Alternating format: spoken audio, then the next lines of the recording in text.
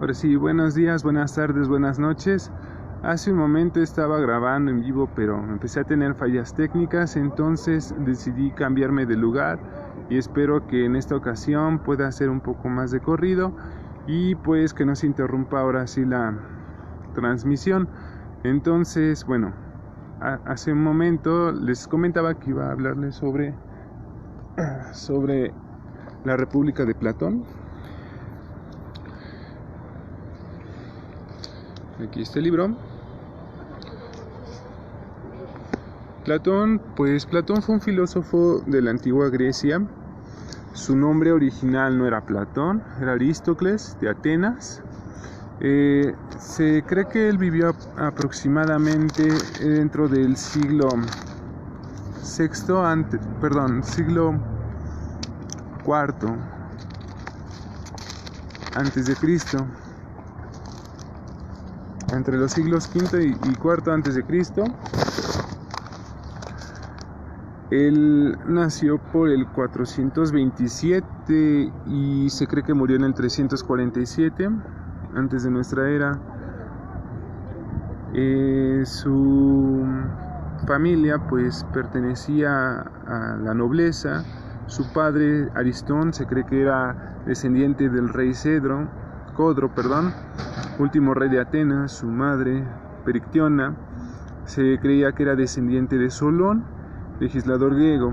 Por parte de su mamá, Platón tenía dos tíos, uno que era hermano de ella, su nombre era Cármides, y el otro que era primo de Perictiona, Critias. Los dos pertenecieron al grupo conocido como los 30 tiranos, quienes proclamaron un golpe de estado oligárquico. ¿Por qué es importante mencionar todo esto? Porque toda la vida de Platón se va a ver relacionada constantemente a la vida pública, o lo que hoy en día se conoce como a la política. Él, cuando era joven, de hecho tuvo la intención de pertenecer a la misma vida pública. Sus tíos lo invitaron a participar, pero desafortunadamente al ver que realmente las acciones por parte de este grupo eran acciones muy sanguinarias e innobles, pues decidió alejarse por completo de la política. En ese momento decidió alejarse de la política. Después vino una época de democracia dentro de Atenas y resurgía una esperanza en Platón, pero volvió a decaer esa esperanza o esa intención de ingresar a la vida pública de Atenas, porque fue durante la democracia ateniense que le tocó a vivir a Platón, en la cual se le condena a Sócrates, se le acusa de impiedad y de pervertir a la juventud de su época, ¿no? Dentro de los jóvenes que educaba se encontraba Platón, quien, inspirado en la figura de Sócrates, se dedica a escribir diversos diálogos. ¿De acuerdo? Entonces, la intención finalmente de Platón tal vez no fue ingresar en la vida pública, pero sí al menos establecer un orden justo dentro de la vida pública y la vida privada, de tal modo que a lo largo de toda su trayectoria filosófica, lo que va a intentar hacer Platón es buscar las bases que brinden un ordenamiento justo y bueno de un estado, o lo que se entendería en aquel entonces como la polis ideal, ¿de acuerdo? Y de eso va a tratar más o menos todo el libro del que vamos a hablar el día de hoy. Muy bien, entonces, ¿qué fue lo que impactó bastante a Platón para que decidiera realizar un proyecto político como es el que establece en la República? Bueno, aunque la intención de Platón ya no era inmiscuirse dentro de la vida pública como figura política, sí tuvo relaciones todavía posteriores con personajes que fueron muy importantes dentro de las distintas polis de Grecia.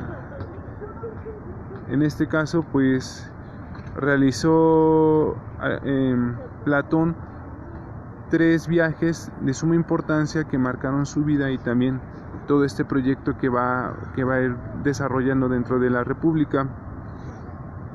Los 3 viajes, bueno, fueron a Siracusa, una isla que se encuentra cerca de Italia hoy en día, y en ella conoció a Dionisio joven, Dionisio hijo de Dionisio padre, sobrino de Dion, el cual pues tenía como proyecto finalmente fijar en él la imagen del filósofo rey.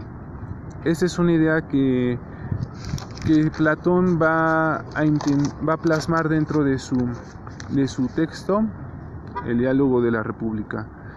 Pero bueno, ¿qué es la República? Pues la República podría ser considerada como un diálogo en el cual se abordan distintas temáticas, aunque el tema principal de la República es qué es la justicia. La problemática se va desarrollando y va desglosando distintas temáticas. Uno lo consideran como un diálogo político, otro lo consideran como un diálogo en el cual se intenta hacer una primera prueba de comunismo. Otros dicen que en el caso de la República lo que hace Platón ante todo es defender una posición monárquica, poner las mismas bases de la monarquía. No sé cuál sea realmente el criterio que tengan estas personas, pero eso sí es muy, muy interesante cómo es que la idea de Platón sobre todo es plasmar, como lo dije desde un inicio, una idea de justicia dentro del estado actual, es decir, en el estado en el cual él se encontraba, puesto que él ve que en todo momento se vive una situación de plena injusticia.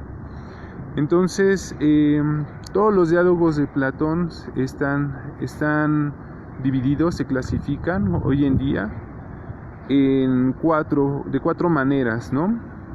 Los diálogos socráticos o de la juventud, diálogos de transición, de madurez y los críticos, ¿de acuerdo? El diálogo de la República es un diálogo de madurez, es un diálogo dogmático, se podría decir. En este diálogo, sobre todo lo que hace Platón es plasmar su sistema de pensamiento. Es un diálogo orgánico, es decir, que todas las partes se entrelazan y se justifican. Y aunque no se tenga bien precisado si Platón al escribir este diálogo lo hizo de un solo tajo, o sea, si lo hizo de principio a fin sin pausarse, o si bien lo hizo por distintas partes, el diálogo en toda su estructura al menos demuestra que hay un orden implícito, ¿no? Como decía, la pregunta inicial comienza con el tema de la justicia. ¿Qué es la justicia?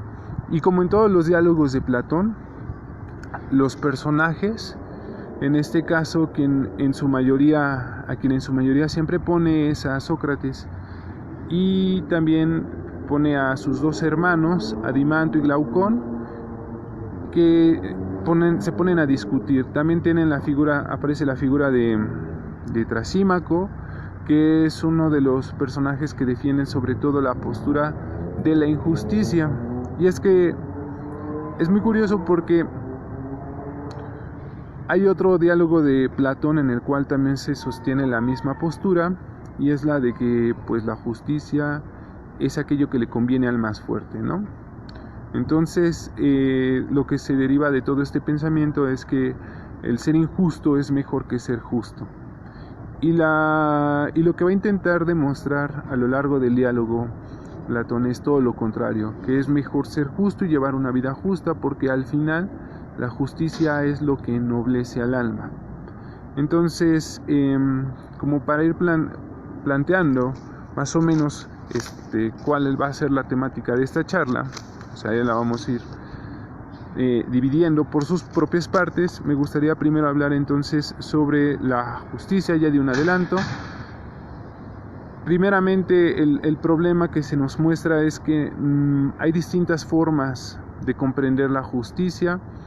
Justicia puede ser entendida como aquello, dar lo que corresponde, actuar bien, pero no se llega a una idea clara, y esto es algo muy, muy importante en Platón, la definición. Muchos de sus diálogos platónicos de la juventud lo que intentan es definir los conceptos o las ideas, qué es la virtud, qué es por ejemplo la justicia, qué es en su caso también hay otro diálogo en el cual se cuestiona sobre el ser piadoso, pero al no lograr dar una respuesta definitiva, muchos de esos diálogos son conocidos como diálogos aporéticos, o sea que no tienen ninguna salida. El objetivo de la República ante todo es fijar una idea, una definición clara de lo que es la justicia. Y para poder establecer esta definición, lo que va a hacer Platón a lo largo de toda la República es primero definir la justicia en términos de polis, es decir, definir la justicia a partir de un orden político, y lo va después a pasar a explicar la justicia en términos de persona, o sea, de ser humano, de un individuo, ¿de acuerdo? Entonces, la primera prueba a la que se va a enfrentar Platón, en este caso en boca de Sócrates, es debatir o rebatir sobre todo la idea de Trasímaco, de que la justicia es aquello que le conviene al más fuerte, que deriva finalmente que la justicia es mejor que la justicia. Entonces es muy interesante porque en esta parte, y va a ser defendida por uno de los hermanos de Platón, Glaucón, Platón ofrece un mito, el mito del anillo de Giges. En este mito de lo que trata es que Giges era un campesino, un campesino justo, que por azares del destino cae en una tumba, en la tumba de Giges, de un rey antiguo, en el cual se encuentra un anillo mágico. Este anillo tiene la capacidad de hacer invisible a quien lo posee. Entonces, lo que va a hacer en este caso, Giges, que es el que se encuentra el anillo, es colocarse el anillo y se va a meter al castillo del rey, que es donde habita, del reino en el que él habita. Se mete al castillo del rey, seduce, después se hace visible y seduce a la esposa del rey, y ambos traman el asesinato del mismo rey para que al final Giges y la reina, que ya va a ser su esposa, se queden con todo el reino. ¿Qué demuestra con esto Platón? Que pues realmente hasta los justos pueden realizar una injusticia. Entonces esto es muy problemático para Platón. ¿Por qué? Porque parece ser que no hay una salida para el actuar bien. Y aunque uno intente actuar bien o ser una persona justa, al final pues lo único que se va a encontrar es que la misma codicia puede llevar al justo a actuar de una manera totalmente injusta. Pero pues bueno, Platón no se queda satisfecho con esta respuesta, y como lo había mencionado, intenta demostrar o explicar la justicia en términos de polis, de un orden político. Entonces, para esto pues va a establecer o va a proponer una polis ideal. ¿Cómo es esto? Bueno, pues primeramente lo que va a hacer Platón es demostrar que toda polis va a estar conformada por distintas partes, y las cuales van a tener que estar unidas de manera que el todo, es decir, la misma polis, pueda operar de manera unificada, uniforme u ordenada.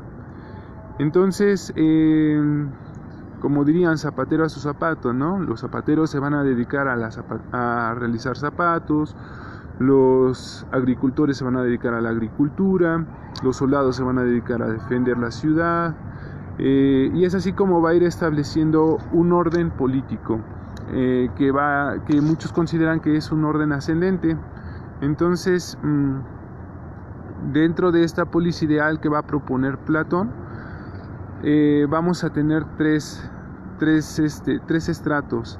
El primer estrato, que es el estrato de los artesanos, los cuales se van a dedicar a la realización de bienes dentro del mismo estado, o bueno, de la polis.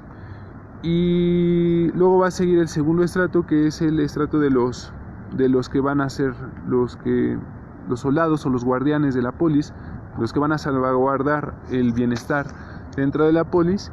Y el estrato más alto, que es el de los filósofos, que serán aquellos que van a gobernar y van a dirigir la misma polis. Entonces,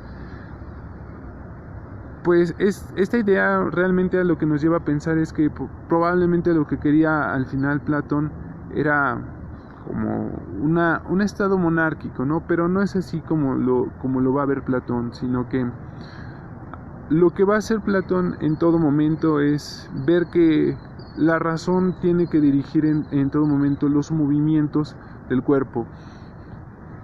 Platón concibe la polis como un cuerpo político, un cuerpo entendiéndolo como un ser, o ¿cómo mencionarlo? Para no cometer un error dentro de la misma definición, como una extensión o corpórea, la cual pues va a tener que ser regida por una parte que debe ser considerada como racional. Así como Platón considera que el ser humano es una división o un conjunto de alma y cuerpo, va a pensar que la misma polis ideal lo que va a tener es un alma, la cual va a regir ante todos los movimientos del cuerpo. Entonces, ¿qué es lo que va a venir? Bueno, pues cada una de las partes de esta polis también va a tener sus virtudes, ¿de acuerdo? Y esto es lo que va a tener que desarrollar finalmente a lo largo de su funcionamiento, porque en caso de que no se lleve a cabo, la misma polis puede decaer y pues caer en malos pasos. En efecto, lo que es la República de Platón es una fuerte crítica a la democracia. Platón quedó decepcionado de la misma democracia ateniense al ver que había sido condenado Sócrates por parte de los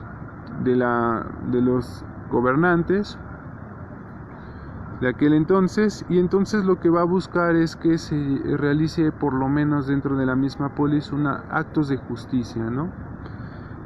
Y quién mejor va a dictar la justicia sino que aquel que conoce qué es lo justo, y en este caso pues es el filósofo, según Platón.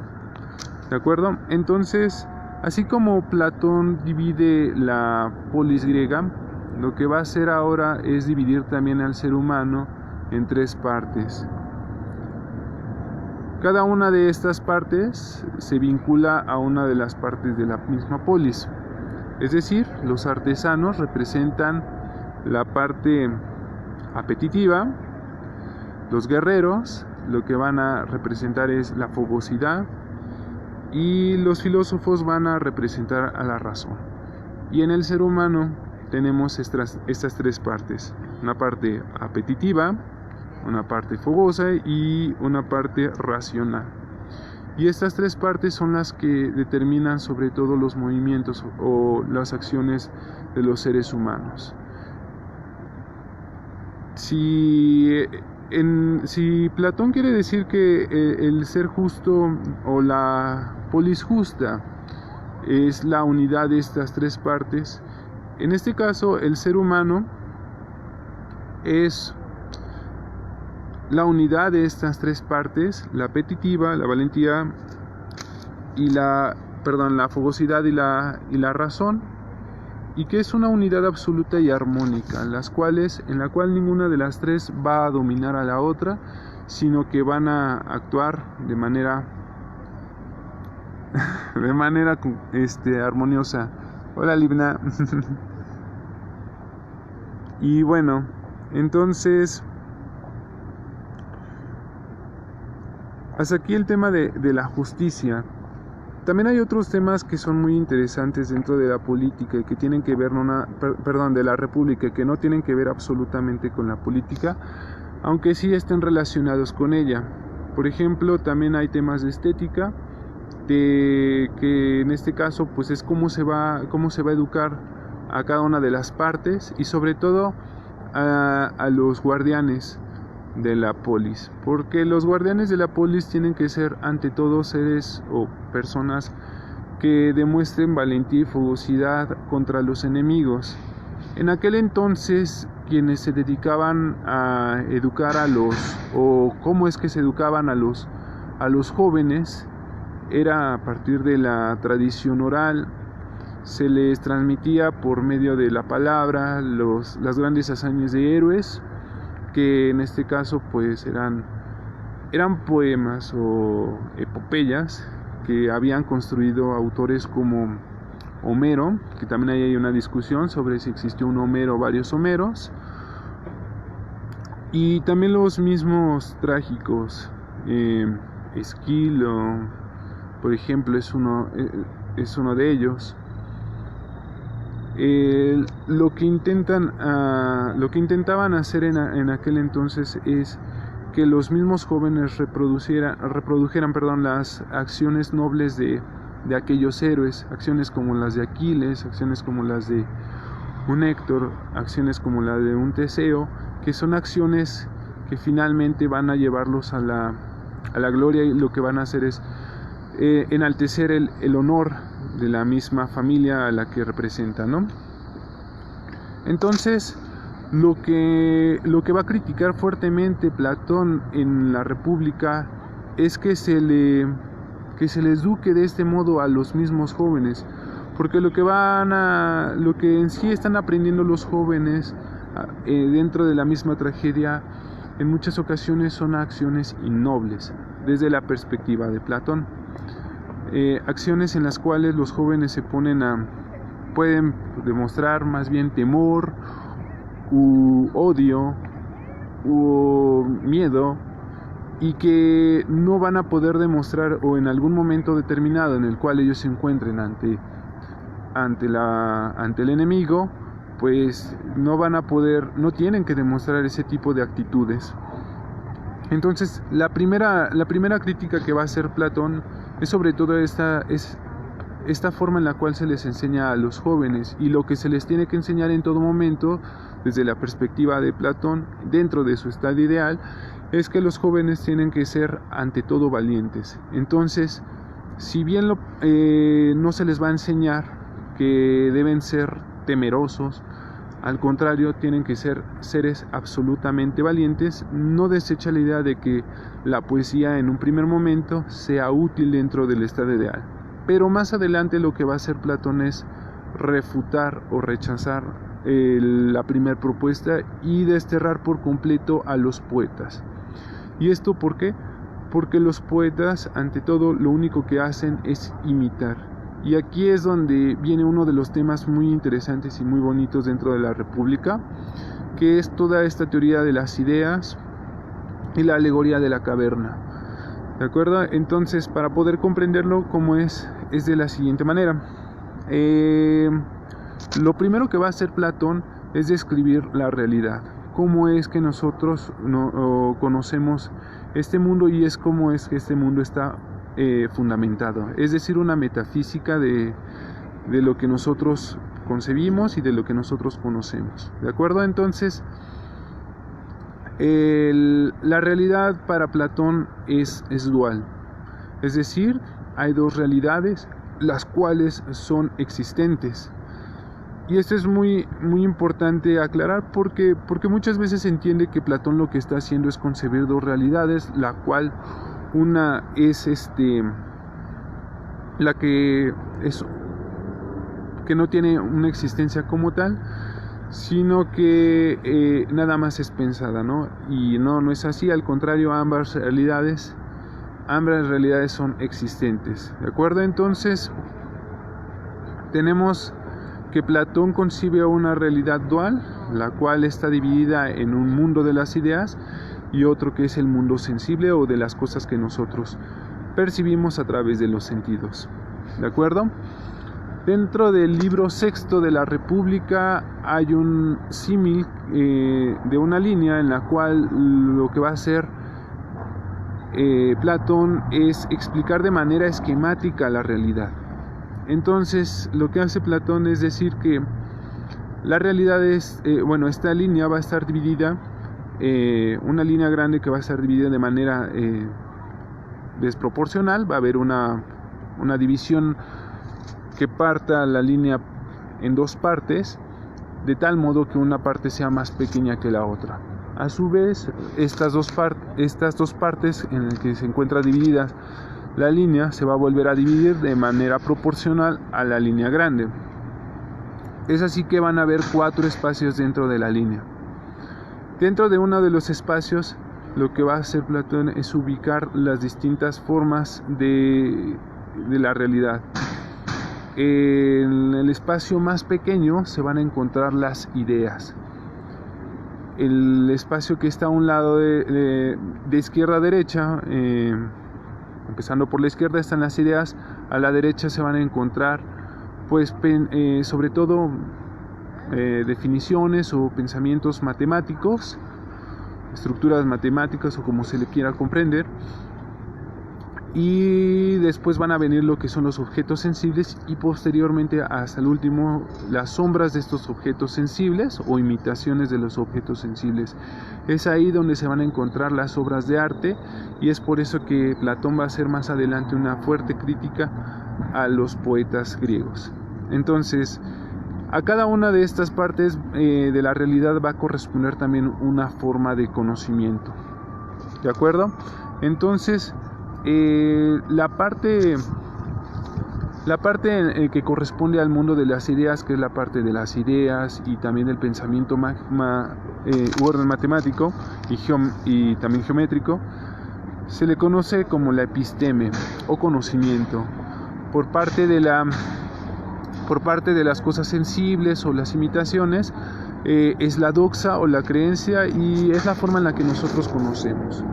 Entonces va a haber una primicia por parte de las ideas ante las cosas sensibles, y es que las cosas sensibles para Platón no son más que una imitación de las ideas.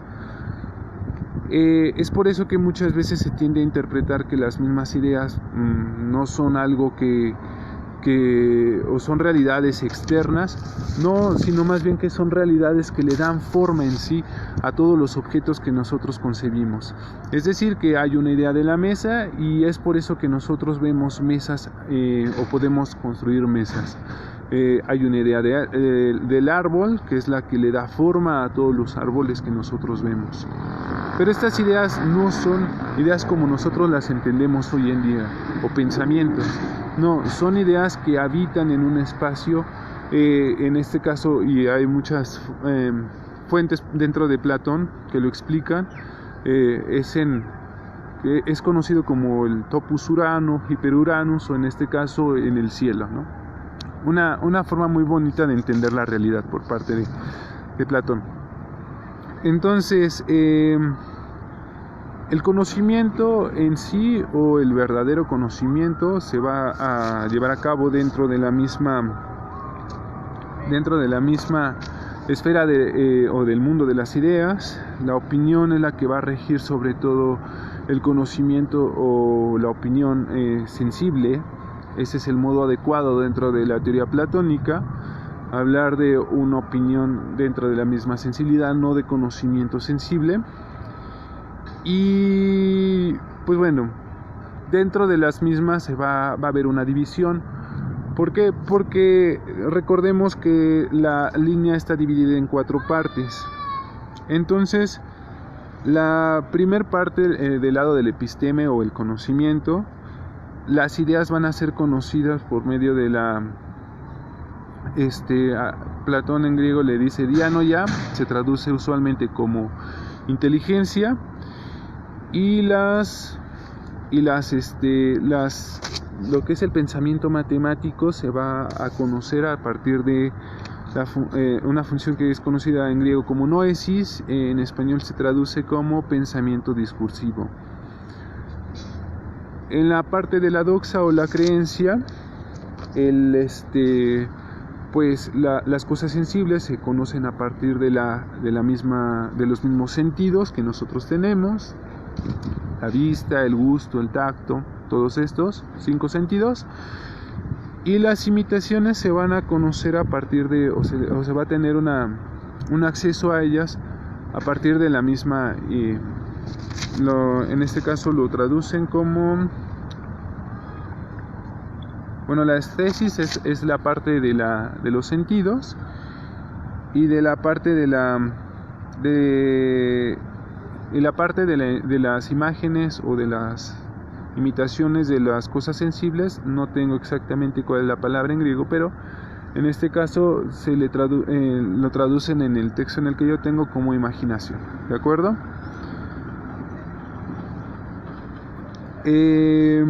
Entonces, ¿cómo es que se va a llevar a cabo el conocimiento dentro de la teoría platónica? Bueno, el conocimiento dentro de la teoría platónica es un reconocer. ¿Cómo se explica todo esto? Bueno, para Platón, recordemos, lo decía hace un momento, el ser humano se conforma a partir de cuerpo y alma. El alma es la parte inmortal, el cuerpo es la parte mortal del ser humano. En muchas partes dentro de todos los diálogos de Platón se hace mención de que el alma está presa dentro del cuerpo, de que el alma cayó y está atrapada en el cuerpo, es decir, que el alma es presa, y que realmente lo que conoce la realidad o lo que conoce la verdad es el alma, y lo que nosotros conocemos o percibimos a partir de los sentidos es algo que no corresponde a la verdad. Es así que el conocimiento dentro de Platón es un recordar las ideas que nosotros o nuestra alma percibió en el topos o hiperuranos, que es donde se hallan las ideas, mientras que rondaba por ahí. Una vez que el alma ha disfrutado del mundo de las ideas, cae desafortunadamente al cuerpo, y en el cuerpo ha olvidado todo, pero puede ir recordando paso por paso, viendo las imágenes, para ir ascendiendo una vez más al conocimiento real o al conocimiento verdadero. Es por eso que las imágenes son importantes dentro de Platón, aunque no tengan la misma, digámoslo, el mismo estatus que las ideas. Las imágenes son un acceso para el conocimiento, puesto que nosotros estamos viendo, en este caso, las cosas que nos rodean. Podemos tener un reconocer los objetos, las ideas de los objetos que estamos percibiendo. Vemos una silla y en ese momento a nuestra mente viene, o bueno, en el alma, en el caso de Platón, viene la idea de silla. Vemos una puerta y en ese momento a nosotros viene la idea de puerta. Vemos un perro y entonces en ese momento surge a nosotros la idea de perro. Entonces es importante este proceso de reconocimiento a partir de los mismos sentidos, pero no tenemos que quedarnos ahí, según Platón, porque nosotros lo que tenemos que ir haciendo es ir ascendiendo en esta escala hasta alcanzar y tener un conocimiento de lo verdadero. Y es aquí donde viene la alegoría de la caverna. Y es una alegoría muy bonita, porque lo que va a hacer Platón ahí es, en primer lugar, un tributo a su maestro Sócrates. En segundo lugar, demostrar lo que ya viene explicando respecto a su teoría de las ideas y del mundo sensible, y a describir cómo es que se lleva a cabo este proceso de conocimiento, que también él va al final a denominar como dialéctica, porque la dialéctica digamos que es obra de Platón. ¿De acuerdo? Entonces, Anteriormente Dani ya había subido un video muy bonito en el cual se describe cómo se lleva a cabo se narra la alegoría de la caverna y se describe cómo se realiza este proceso de ascenso hasta alcanzar las ideas, sobre todo la idea de bien, porque la idea de bien es la que ilumina las ideas y a las ideas que están abajo, que se encuentran en el espacio pequeño de la línea que representa a este Platón dentro del símil que les venía mencionando hace un momento. Entonces, la idea es que en la alegoría hay 3 hombres que se encuentran dentro de la caverna. Los 3 están atados de pies a cabezas con cadenas y su mirada está fija sobre el fondo o la pared de la caverna. A espaldas de los hombres hay un muro alto, y detrás de este muro hay personas que están cargando imágenes de animales, de árboles, de cosas, de distintas cosas. Atrás de estas personas hay una fogata, y lo que hace la fogata es producir el efecto sobre las imágenes para que en el fondo se vean las sombras. Las sombras de los objetos que las personas están cargando. Entonces lo único que van a estar viendo los hombres que están atados en el fondo de la caverna son las sombras de las imágenes que hasta ese momento se están reproduciendo por el efecto de la fogata. Y lo único que escuchan son murmullos o las voces producidas por las personas. Pero, y esto es muy interesante, los hombres no saben que ellos están viendo, que quienes están produciendo estos sonidos y estas imágenes son las personas o la fogata, por medio de el efecto que se produce con la fogata y los objetos que ven, que reflejan. Perdón. ¿Qué es lo que pasa? Bueno, Platón dice que una de estas personas logra zafarse de las cadenas. Aquí se ve la mera alusión de que la única persona que en aquel entonces logró zafarse de la ignorancia, porque estas personas se hallan en la ignorancia, pues fue Sócrates, ¿no? Bueno, esta persona, ¿qué es lo que va a hacer? Lo que va a hacer es darse vuelta y se da cuenta de que en ese momento todo lo que él ha visto pues es una mentira.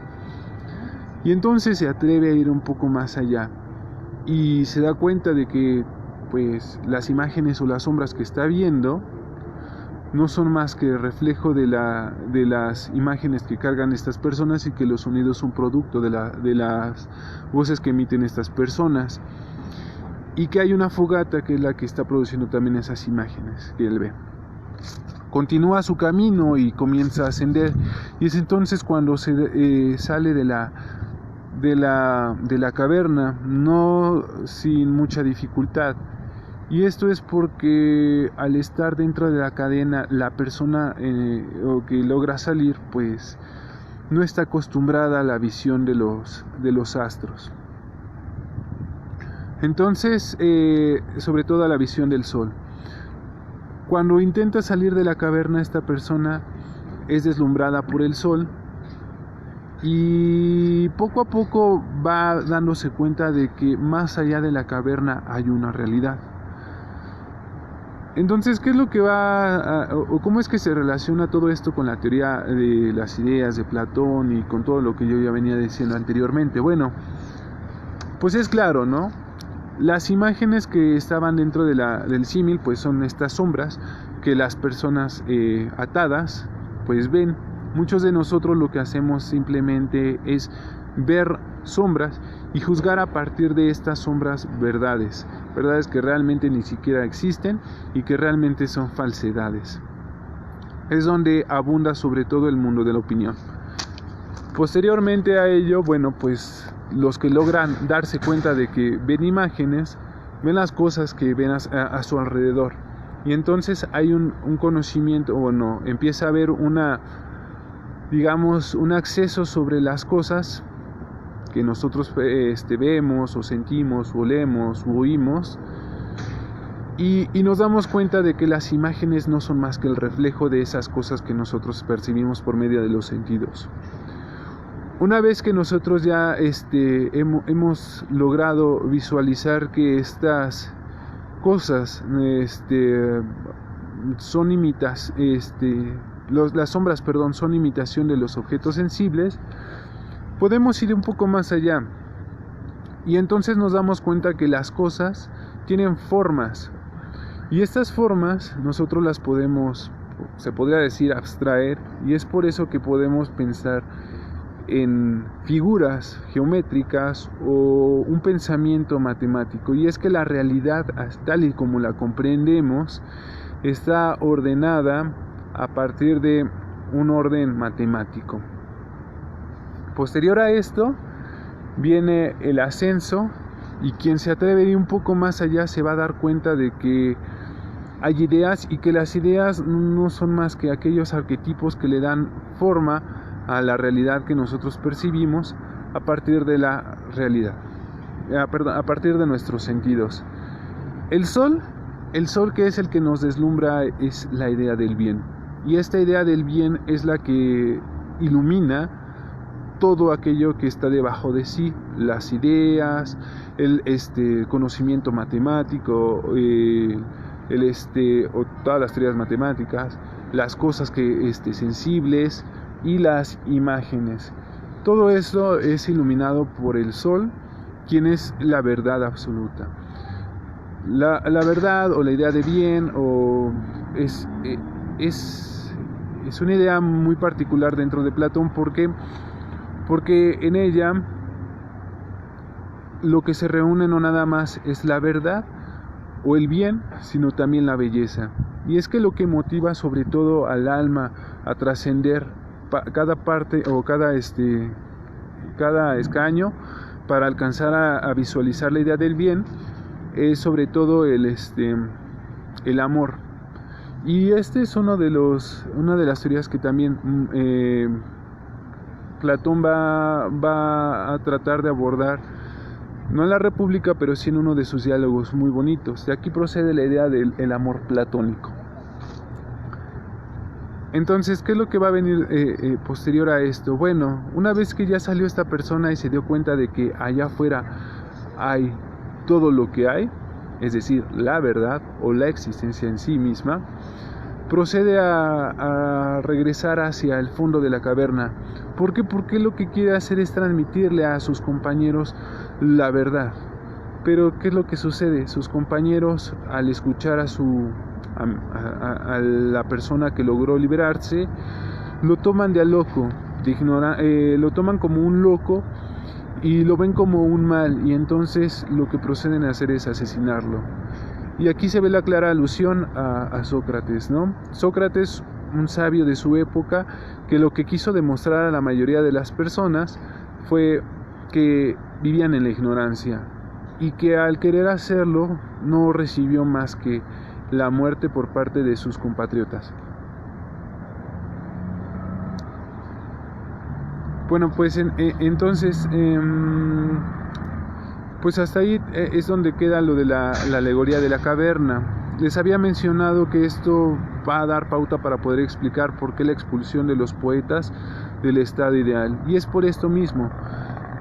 Dentro de las teorías estéticas, o bueno, dentro de las teorías del arte, lo que explican respecto a lo que va a hacer Platón es explicar o proponer que el arte no es más que una mera imitación, y es que esta imitación no es más que una imitación de la imitación, porque recordemos que las cosas que nosotros percibimos a través de los sentidos, es decir, la silla en la que estamos, en la que nos sentamos, el árbol que nosotros tocamos, que vemos, es una imitación de la idea del árbol en sí mismo, o de la silla en sí misma, ¿no? ¿Qué quiere decir esto? Entonces, una pintura de una silla, o la pintura de una mesa, o la representación de acciones, o la música o la poesía, todo lo que es producido por medio del arte, no es más que una imitación. ¿de acuerdo? Entonces, lo que va a venir a hacer Platón es decir que pues que el arte o todas las obras de arte o las obras realizadas en este caso por poetas o por pintores o escultores no es más que una mera imitación por parte de ellos de las cosas que perciben.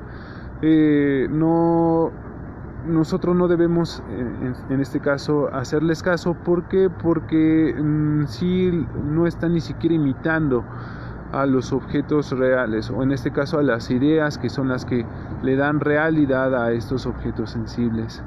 ¿De acuerdo? Entonces, la idea de Platón al final es que pues se tienen que desterrar a poetas como Homero, puesto que al momento en que al momento en el que nos están transmitiendo esta imitación de acciones nobles como las que se narran en la Ilíada o en la Odisea,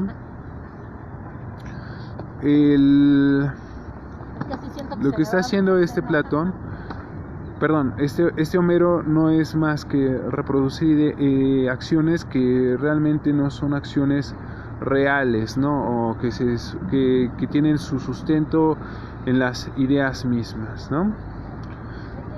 Y pues bueno, ese es como uno de los temas que también se tratan dentro de la misma República. Sé que dentro de toda esta explicación que acabo de hacer hubo muchas omisiones para aquellos que conozcan el tema. Sin embargo, mi intención sobre todo es invitarlos a que ustedes pues se adentren un poco más sobre este tipo de temáticas filosóficas, ¿no? Explicar a Platón pues es muy arduo finalmente. ¿Por qué? Porque la teoría platónica, todas las teorías que Platón propone, la teoría de las ideas, su teoría del conocimiento a partir de la reminiscencia, la teoría del amor o su erótica, todas estas pues están dispersas dentro de todas sus obras. Entonces yo lo que quiero sobre todo es que ustedes se motiven a que vayan y lean los distintos diálogos que hay reunidos por parte de Platón, y que ustedes mismos se vayan generando una idea, ¿de acuerdo? Y que más adelante pues se animen a charlar sobre este tipo de temáticas. ¿Ok? Entonces, sin más que agregar al tema o al respecto, pues agradezco mucho que pues me hayan permitido empezar el año con esta charla. Y si más adelante tenemos oportunidad, o en este caso pues alguien más se desea a charlar conmigo en vivo, en directo, pues bueno, yo estoy totalmente dispuesto a hacerlo.